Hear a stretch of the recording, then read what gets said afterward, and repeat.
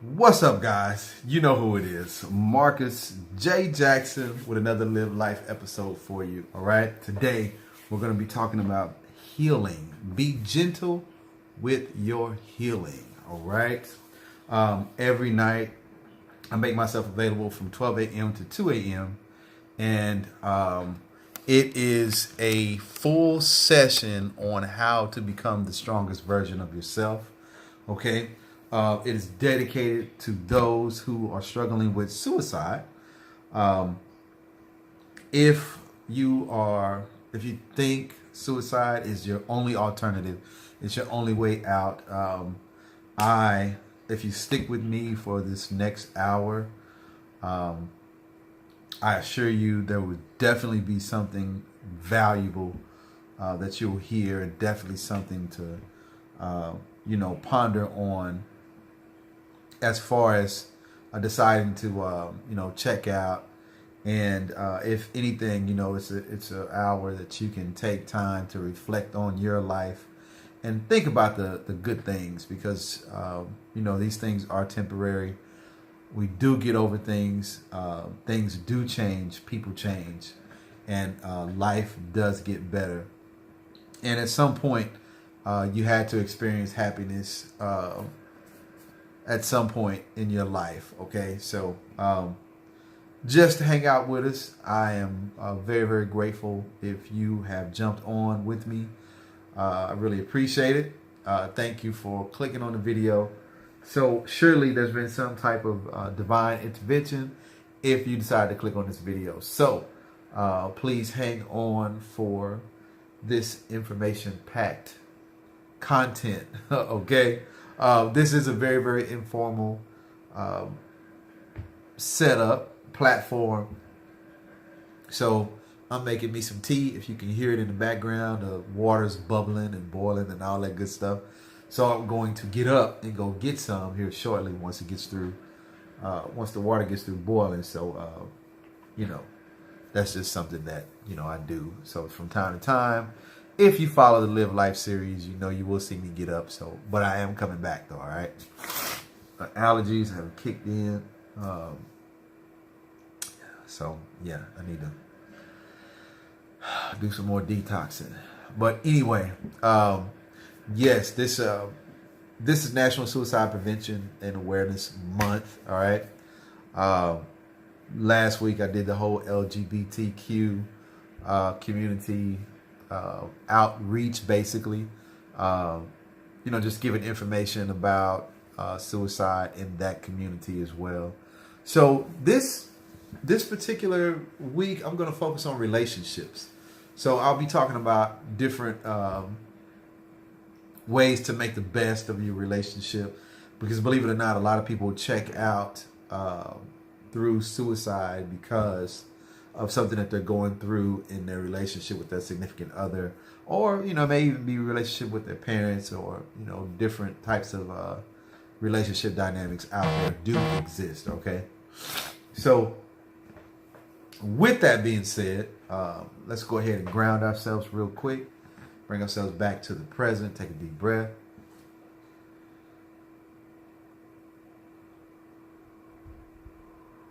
Blow it out. Take a deep breath.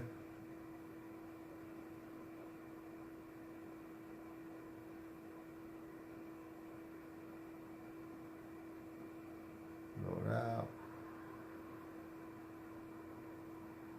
One more time. Take a deep breath.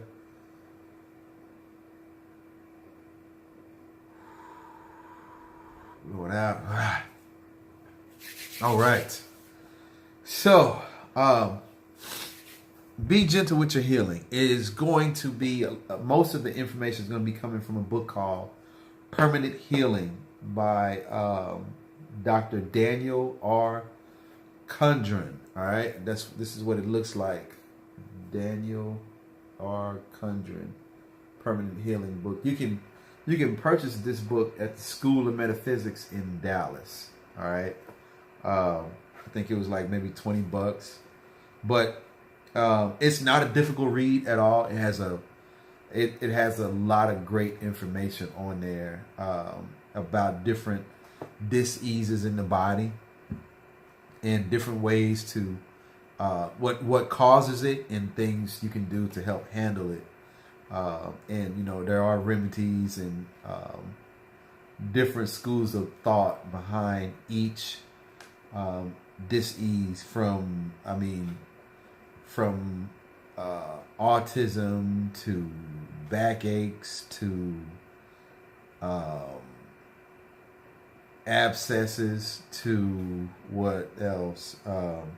Fainting spells, fatigue, Hodgkin's disease. Like there's a way to deal and handle each dis-ease of the body. So it's really, really, really good stuff. So, and I will be right back. My tea is ready, and I'll be right back with you guys, and we'll get rocking and rolling.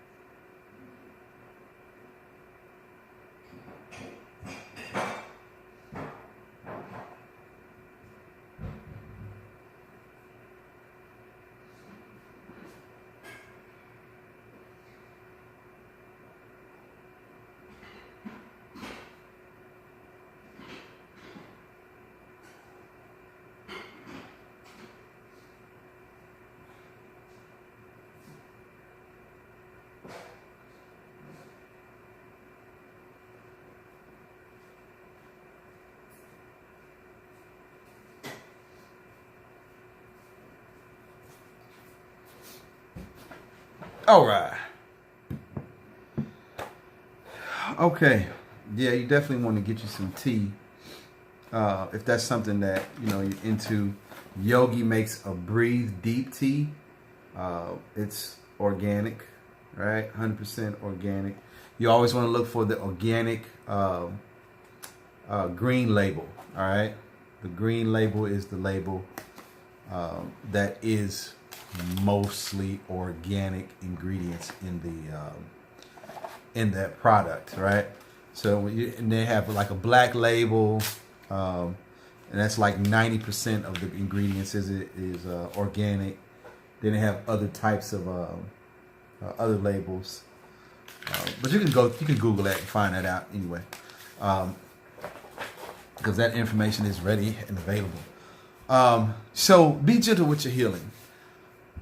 Most of the time, especially when you're dealing with suicide, there's a lot of emotional stress that's going on throughout the body and throughout the mind, especially. But the mind and body connection is very, very powerful when it comes to dealing with stress. Okay, and a lot of times we don't know a way to deal with it other than lashing out at people or drinking it away or medicating it away. So we use forms of self-medication to try and deal with the anxiety and the depression and the emotional strain that everyday life takes on us. That it's really difficult to go through these things day to day without some kind of like I said, self-medication. So, tonight I would invite you to purchase this book. I'm pretty sure you can find it on Amazon or whatever, but I bought it from the School of Metaphysics in Dallas. And it is, it's good. It's really good. It goes into like the quantum mechanics of healing as well. All right. So that's a very, very good in-depth study about how to heal certain things. As you know, depression and anxiety are the number one prerequisites to suicide and other mental illnesses.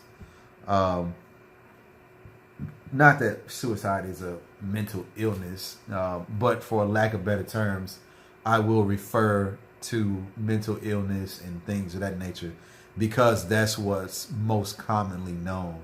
Um, not a lot of people are familiar with the term clairvoyant or clairsentient or clairaudient, things of that nature. When they say, they label you crazy because you're hearing things, that just means you're actually clairaudient. Or, you're seeing things, that means you're clairvoyant, Um, but, not everybody understands that. So I'll say a mental illness or mental health issue or mental health challenge is what I like to, some of the terms that I refer to these things. And I do believe there is some, some mental health challenges that you have to overcome when it comes to depression and anxiety. And those mental health challenges end up, as a result of those, someone ends up taking their life because of that, right? Just to kind of explain, depression is what some may call a deep rest.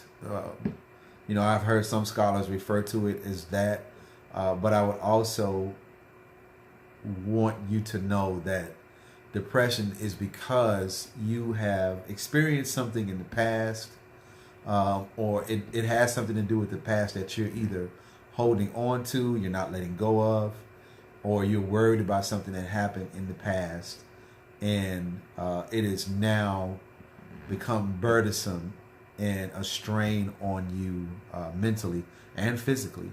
And you have to you have to let go at some point, or that depression will continue to drag you down and drag you out, drag you down and out. Anxiety is worrying about things, that fear of the future, right? The fear of things that haven't even happened yet. Okay. And I know a lot of that, both of those, depression and anxiety, have to deal with the way we view life through the indoctrination of fear-based belief systems. Okay. But that's a whole nother video right there, and I will cover that topic one day. But just being gentle with your healing is understanding that there is something going on in your life or with you in general. It does not necessarily mean something is wrong with you. It's just some of these things require a little more attention than others. All right. So let's first, the number one thing we want to make sure we are aware of is our mind. Right? You want to be aware of your mindset when it comes to your healing, both mentally and physically diseases of the body.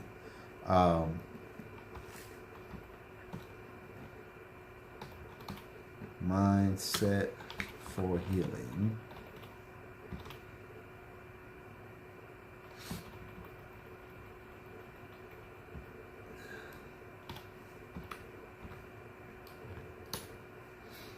Okay, so the first thing is going to be mindset for healing. Is the very first thing that we're going to cover tonight. And I'm going to try to explain it to the best of my ability. The whole mind-body connection thing. And I'll also be reading a little passage out of here as well. So you have your mind is a direct reflection of your body. Like, you can look at someone and basically tell where they may be having issues or what's going on in their mind by looking at their body, right? Because the mind and the body are one. And how that's possible, because you can tell the great worry or the really heavy worriers carry a lot of weight in their midsection. Whether, it doesn't matter what it is that they're worrying about. It could be finances, it could be relationships, it could be children, it could be job, it could be a number of things that you're worried about. But that worry produces a chemical called cortisol, a hormone called cortisol, right? And cortisol is secreted throughout the body because there's a great deal of strain in the midsection, in the where all of the important organs are. That's where it's going to go and protect. So you're going to secrete these. Your mind is going to secrete these protective organs with cortisol, right? So it can absorb anything that's going to poison you or hurt you, anything to that nature. Excuse me. So just be mindful of the fact that your mind has a response, a physiological response to your body. So if your mind is worrying, or your mind is on the past, or your mind is on the future, you may be experiencing a lot of weight in the midsection area. If there's you can just kind of pinpoint if this person worries a lot, or you can pretty much guarantee that there's some depression and anxiety going on when you see the heavy the heavy weight in the midsection area. And it could be, it's not always, that's not 100% guarantee, but the vast majority of people are experiencing this and don't know it. I mean, it's not something that, it's not something that the doctor's going to tell you per se. So you would have to actually find this information by, reading books or actually researching it on your own. So don't go jump on your doctor and tell him, that you were supposed to tell me this, because he's probably not going to even know. So definitely, so your mindset is going to be very key, very pivotal to you healing the body in general. And definitely adopt a plant-based lifestyle while you're healing. Okay.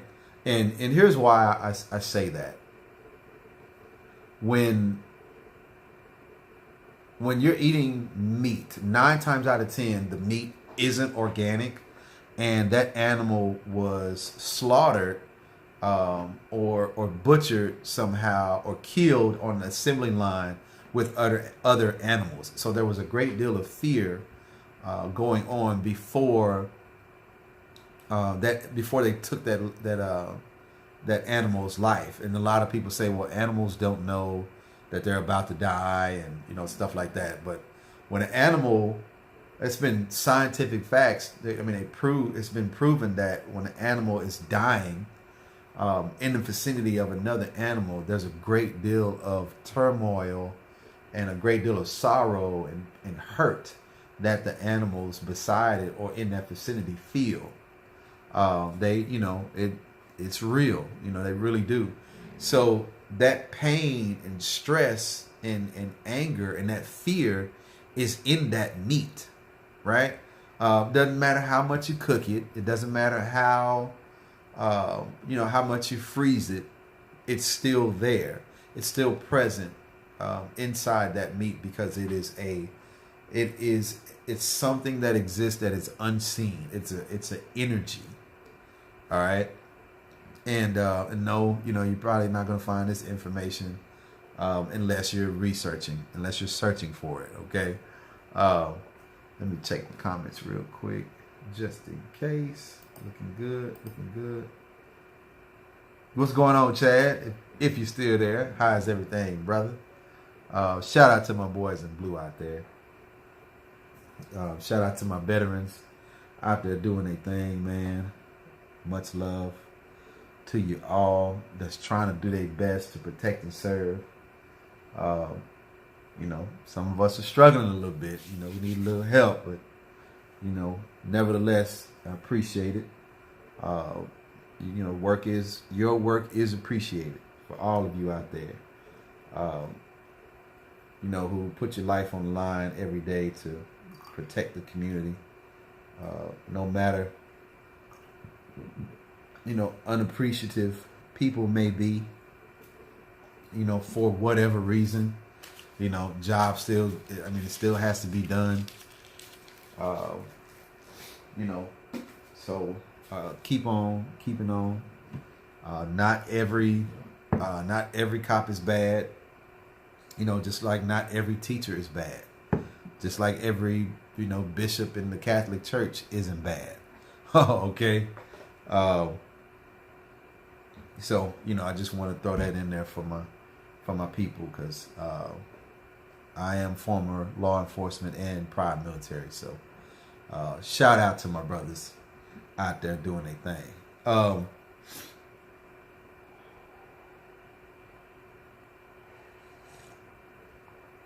Woo! I like it. Okay, so mindset. In your mind, you have to be. Your mind has to become a steel trap, right? And what I mean by that is you want to hold on to as much positive energy as possible, as many positive thoughts. Like trap those thoughts inside, right? And fill your mind with positive thoughts and positive energy, words of encouragement, words of affirmations, prayers, if you will. Meditate on those things that are of a positive energy, okay? Because these are the things that are going to serve you. These are the things that are going to be beneficial throughout your lifetime, okay? Now, that steel trap is going to work two ways. It's going to shield the positive thoughts, right? And it's going to deflect those negative thoughts.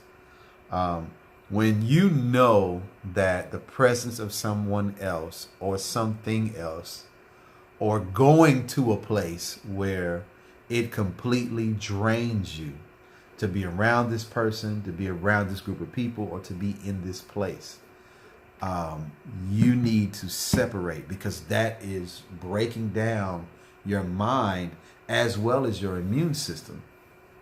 You ever have those coworkers who they're excellent workers, but they just can't manage to stay healthy?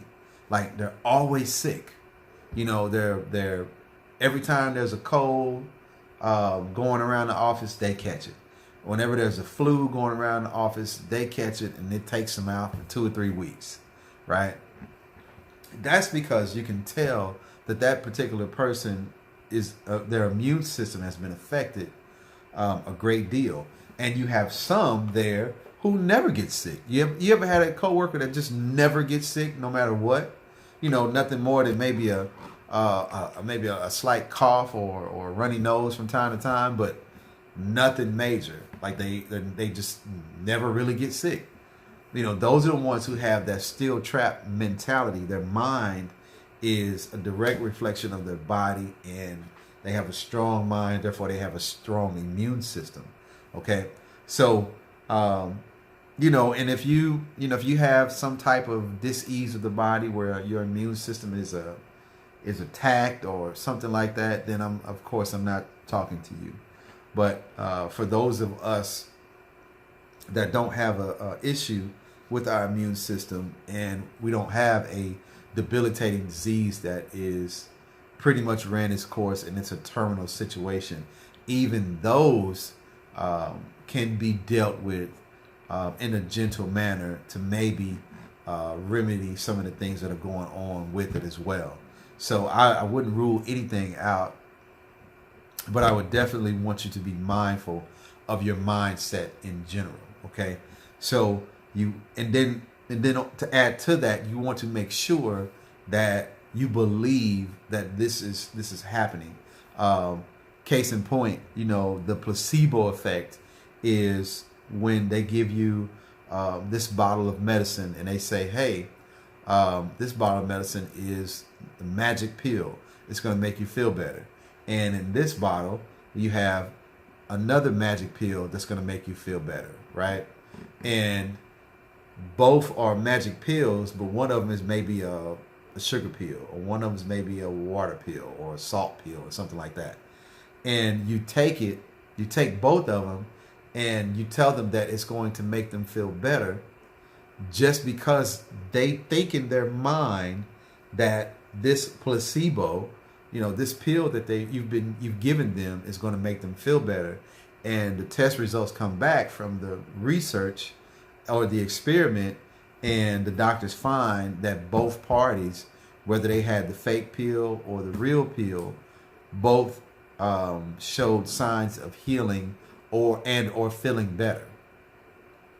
Right? So that lets you know right there, it's a mindset.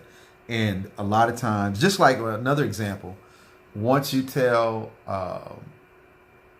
one of your friends goes to the hospital, and they tell them that they have cancer, and then this friend just was like, okay, well, cool, I'm gonna fight it. I'm going all the way. Whatever we need to do to make it happen, we're gonna make it happen, right? So if I gotta do treatment, I'm gonna do treatment. I'm gonna live. I'm gonna make it.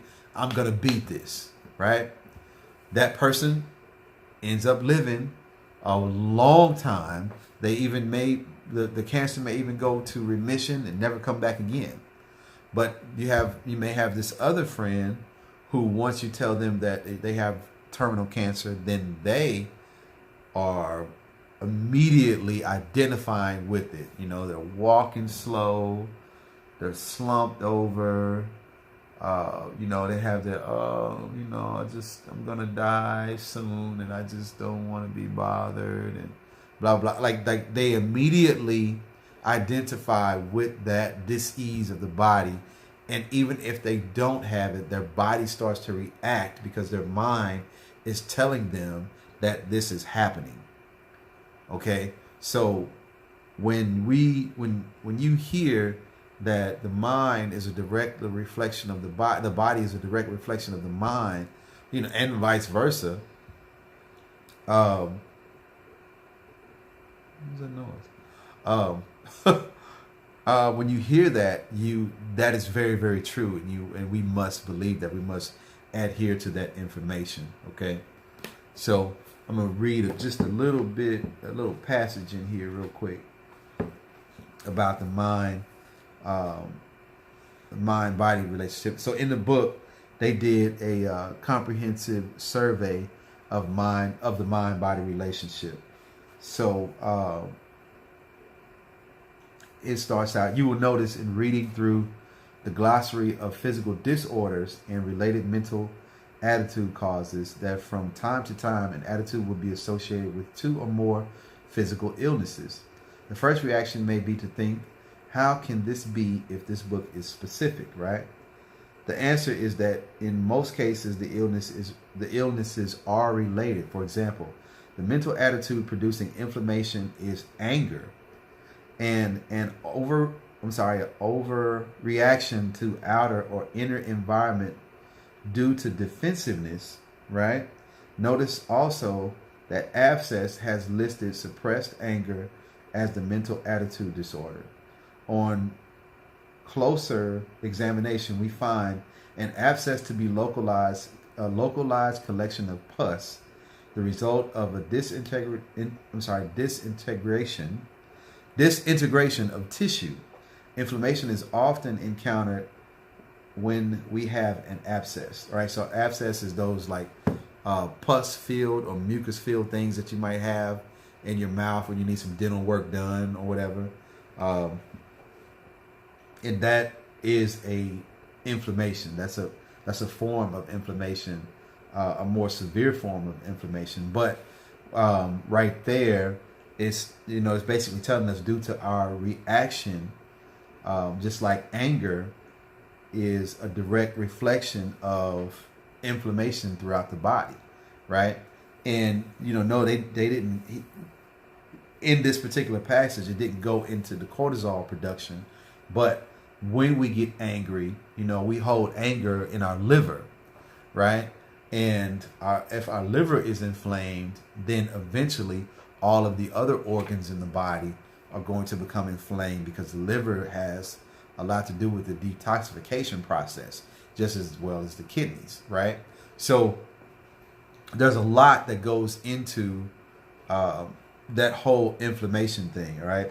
So he also says, you may, after consideration of the matter, come to the conclusion, as I have, that anger is a localized collection of unproductive thoughts and emotions, which is the result of disintegration of what previously was a more productive structure of mind, thought, and attitude, right? Another example of related mental attitudes creating relative physical disorders can be traced to skin disorders, particularly acne. You can read the mental attitude for the disorder of acne, which is in there as well. This is dislike for one's own expression.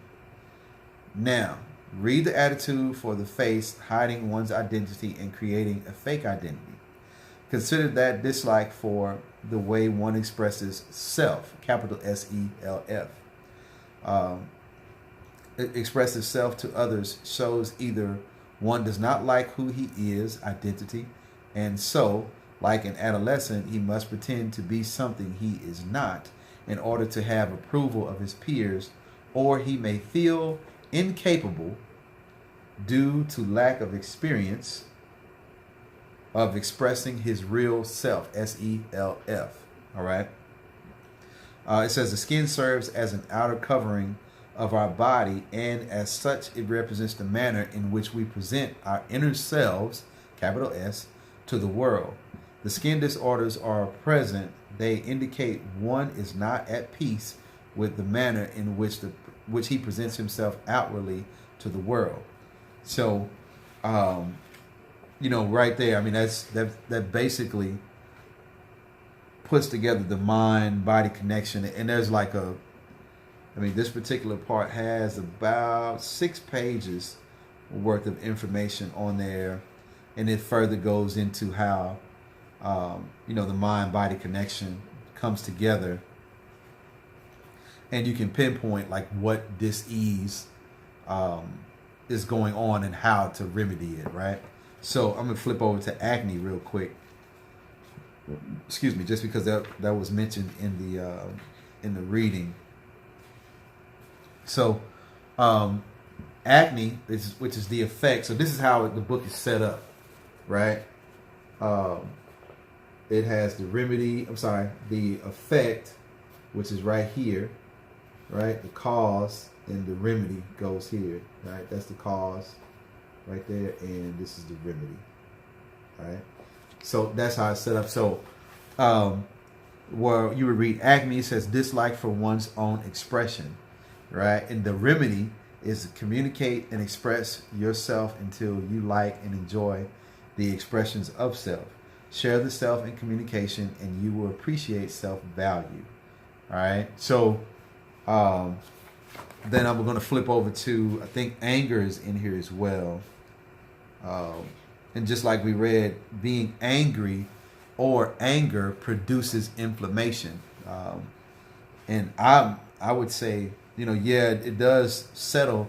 Anger settles in the liver. However, inflammation, no matter where it is, affects the body as a whole. So your immune system doesn't break down. It's your immune system goes and attacks something. Your whole immune system goes, not just one particular part of your immune system. Like once there's inflammation somewhere, then the immune system's going to react. So it's not like, well, just my immune system that's in my mouth is going to correct my abscess. No, your whole body is going to respond to that foreign invader, right? It's going to treat the body. It's going to treat that abscess like a foreign invader to localize it as soon as possible. That's why you grow the pus or the abscess inside the mouth. It's localizing, and then it has to be popped and released, or lanced and released. So anger, it says sustained misunderstanding, incomplete understanding, unfulfilled desires, denial, or ignoring, right? Wow. So anger, once again, all right? And so we're talking about being gentle with our healing, all right? So anger, if we find ourselves angry all the time, right? These are some of the causes of this mental attitude, right? Because anger is a mental attitude. Sustained misunderstanding, incomplete understanding, unfulfilled desires, denial, or ignoring. All right, so that's big. So if you're dealing with anger and you're misunderstanding something, or you don't have a complete understanding of something, and it does. When we find ourselves in situations and talking to people, we are immediately angry by what we don't understand. We become confused, and confuses causes a little bit of anger. And when you're talking to someone and, they have unfulfilled desires, right? They need something. They're lacking something in their life, and you're having a discussion, and anger is their mental attitude, right? It directly reflects. It's coming from the mind due to fear-based belief systems, right?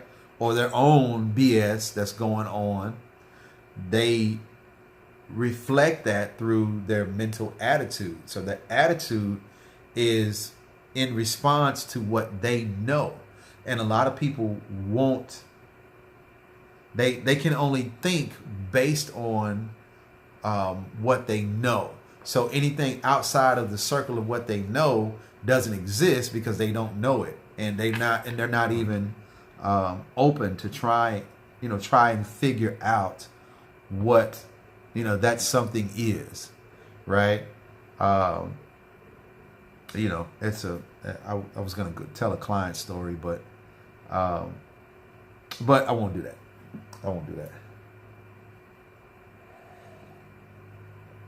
Because it'll be too long, and anyway.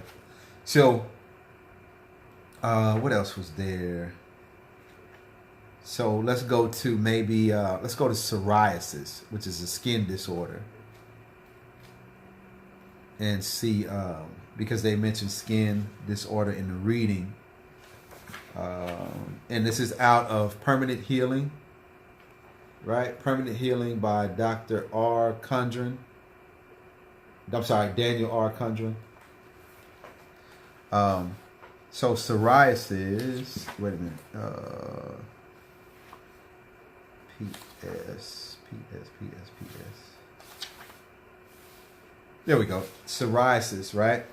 So psoriasis comes from, it's the effect, physical disorder, mental attitude towards it, which is the cause, right? Your mental attitude causes the dis-ease in the body.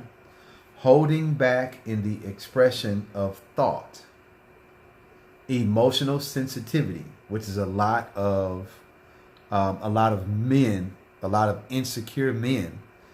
If you think about a lot of insecure men that are in your family, they usually have some form of psoriasis. It may be hidden in the scalp, but you can tell that they may have some type of skin disorder or eczema.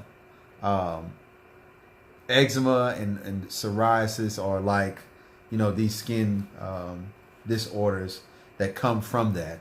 And a hidden mental state of that is being insecure, right? So it says holding back in the expression of thought, emotional sensitivity, absorbing emotions of others without discrimination, right? That's deep. So the remedy, thoughts are real, thoughts exist. They must be acted upon and used. The unproductive thoughts are to be eliminated. Speak your thoughts, all right? So anything that's not serving you, right, and concerning skin disorders, then you need to eliminate anything that's not serving you. Nothing If it's not productive, you need to eliminate it. All right. If they are not productive in your life, they need to be eliminated. All right. So let me go to eczema real quick.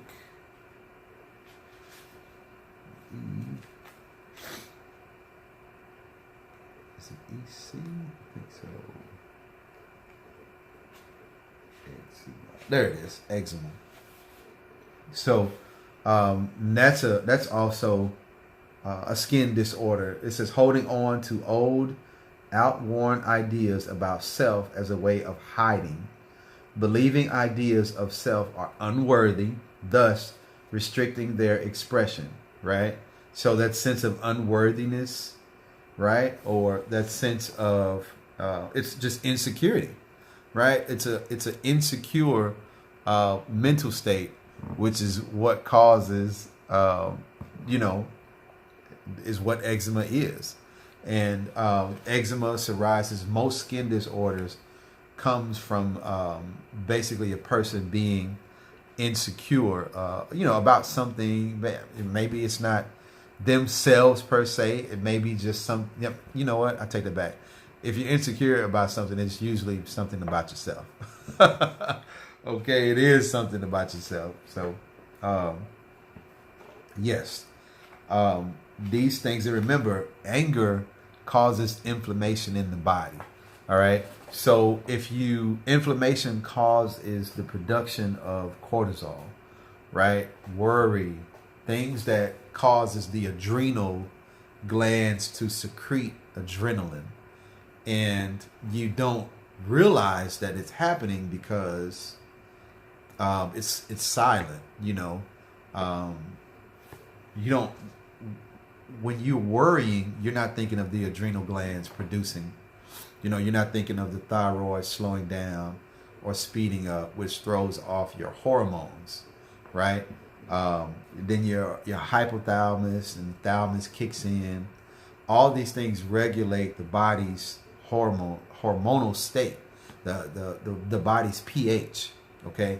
And if you're allowing these things to enter into the mind, that's supposed to be like a steel trap, right? You're going to experience these different types of issues because you're going to react to those emotions of anger. And anger is going to cause you to react and be, have that attitude of, I got to get this out. I got to get it out. I can't. I got to do this. I got to scream. I got to yell. I got to shout. I got to. So if you don't have a release for that, right, that's what you're going to do. So I would invite you to take more time to yourself. And most people that are angry don't spend a lot of time with themselves, right? They spend a majority of their life doing things for other people, right? And I know it sounds weird, but go with me for a second.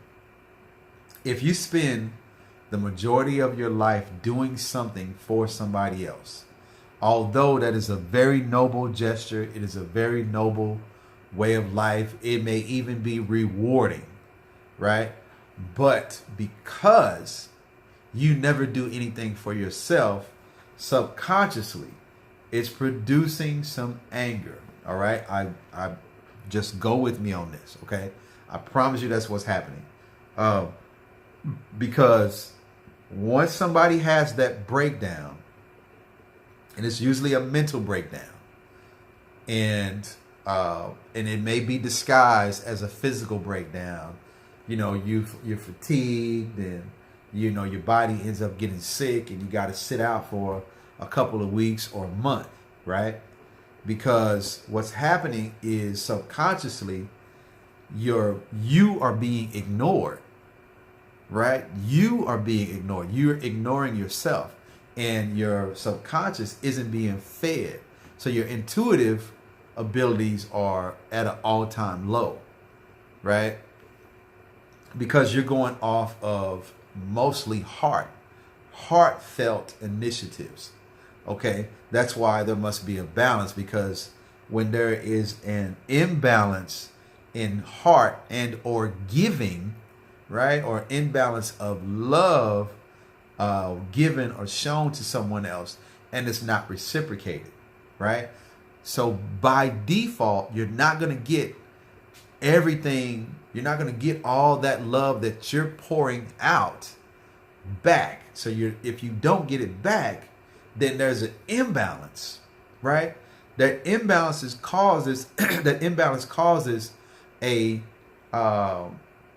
it lets your guard down, if you will. So your guard is down. You become vulnerable and susceptible to different things happening to you, right? So eventually, if you're helping everybody out, if you're doing everything for everybody, at some point you're going to need something, right?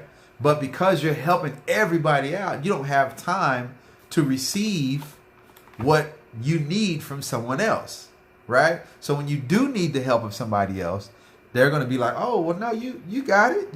You all right. You help everybody else out. You know it all. You can figure it out because you help everybody else out.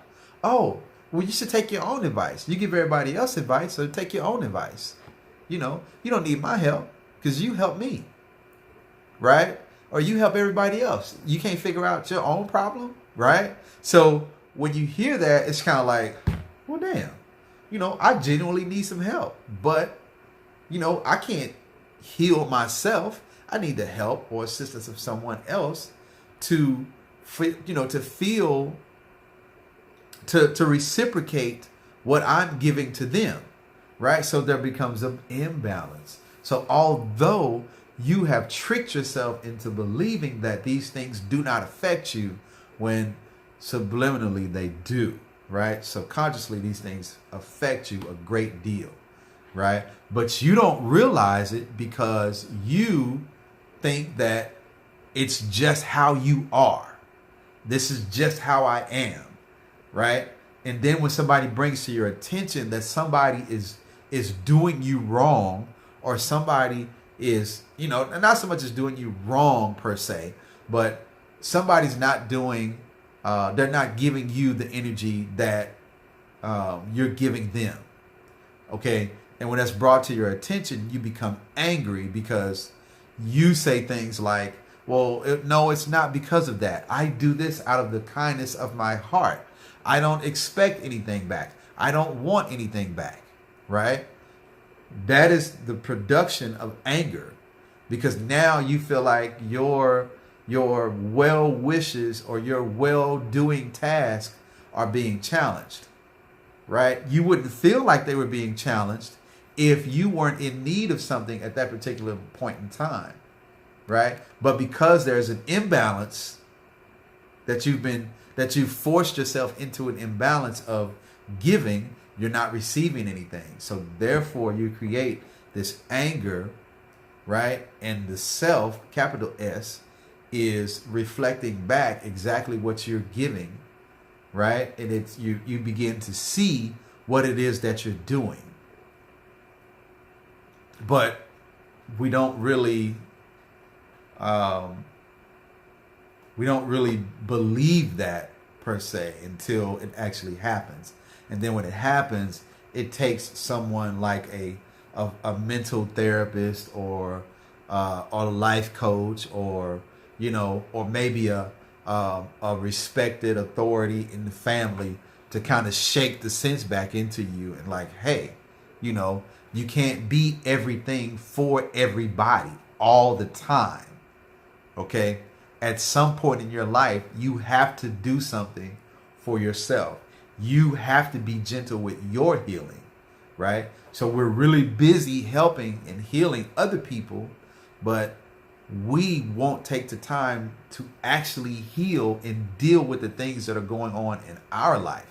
And that is true of a lot of healers. A lot of healers.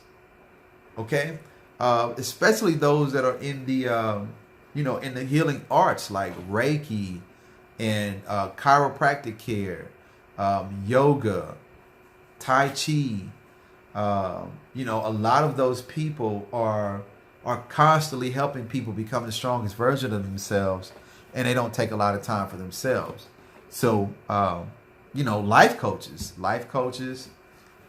uh, realtors, you spend a lot of time doing things for other people, showings, and trying to help people become, homeowners. That takes a toll on the heart, because it's in your heart to want to help people own a home, but it's like, that's tough to do when you're giving all the time and you never take time for yourself. So yes, the mind-body connection is very, very powerful when it comes to healing. All right, and that's what I'm going to leave it there for tonight, because I think that was a really, really good message there. And this whole week I'm gonna work on that. I'll probably do be gentle with your healing. I was gonna do relationships. I may do relationships maybe after I finish this, but I think this needs a little more attention. So we can really get into some of the concepts of these things, and your mindset for healing has to be one that is willing to accept help, willing to accept healing, right? And one of the major things that I would invite you to do is talk to somebody. If we could just be silent internally and externally when someone is talking, right? What I mean by that is actually listen, right? Because a lot of times we're processing what the person is saying, right? And in our minds, we're waiting for the right time to respond, right? So if you're in your mind, if you're waiting for the right time to respond, right, and you're trying to be gentle with your healing, right, and you're waiting for the right time to respond, you're listening, you hear the words that are coming out of the person's mouth that's talking to you, right? You hear it, but you're trying to process what they're saying, and you're also waiting to respond. So you want to, okay, let me say something. Let me say this, right? And you can't really get the thoughts together because now you're trying to answer everything that they're saying with an answer in your mind.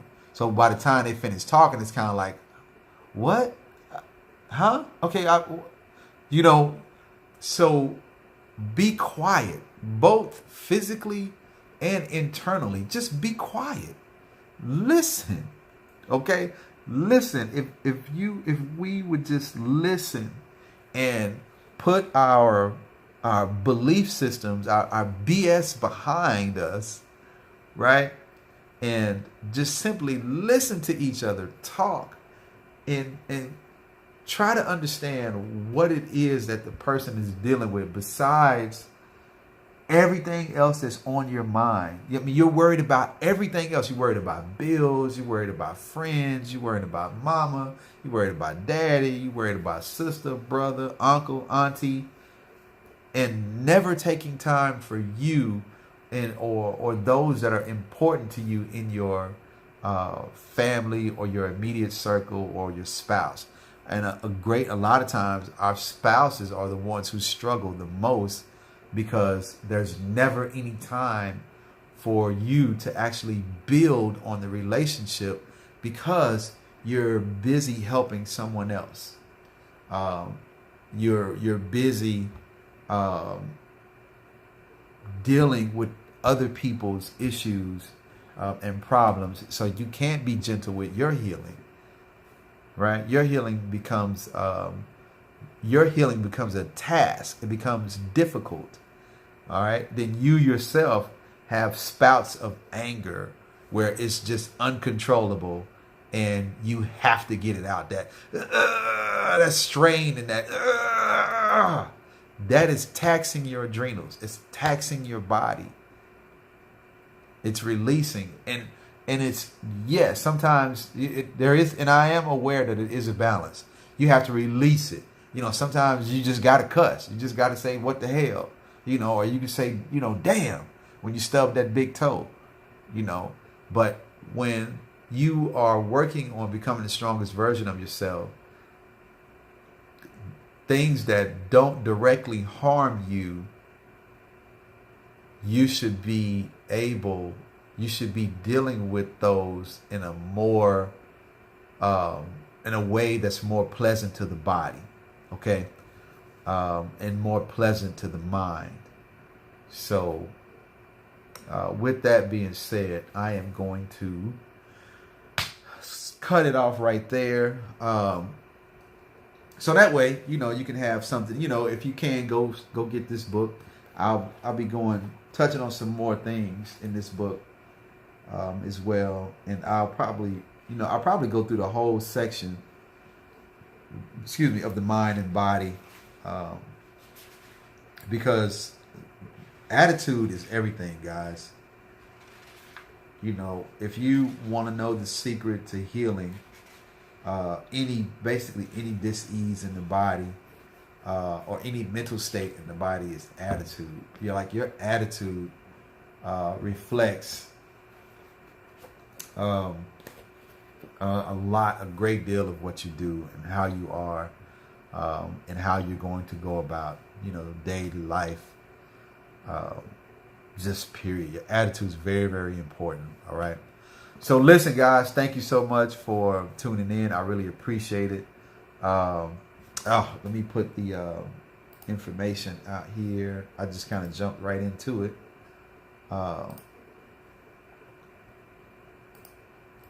Okay, paste. Oh, wait a minute. Cancel. Enter. All right. So, National Suicide Prevention Lifeline is 1-800-273-8255. All right. Then they also have the Suicide Prevention Lifeline.org. That's a 24-hour chat as well. So feel free to reach out to those. Also, if you're in danger of hurting yourself or someone else, please call 911 to get you some help immediately. If you want to talk to me, I will be available until 2 a.m. My contact number is 469-626-7486. Again, that's 469-626-7486. Thank you so much for tuning in, guys. Live life to the fullest. Take it easy and try not to do too much. Peace.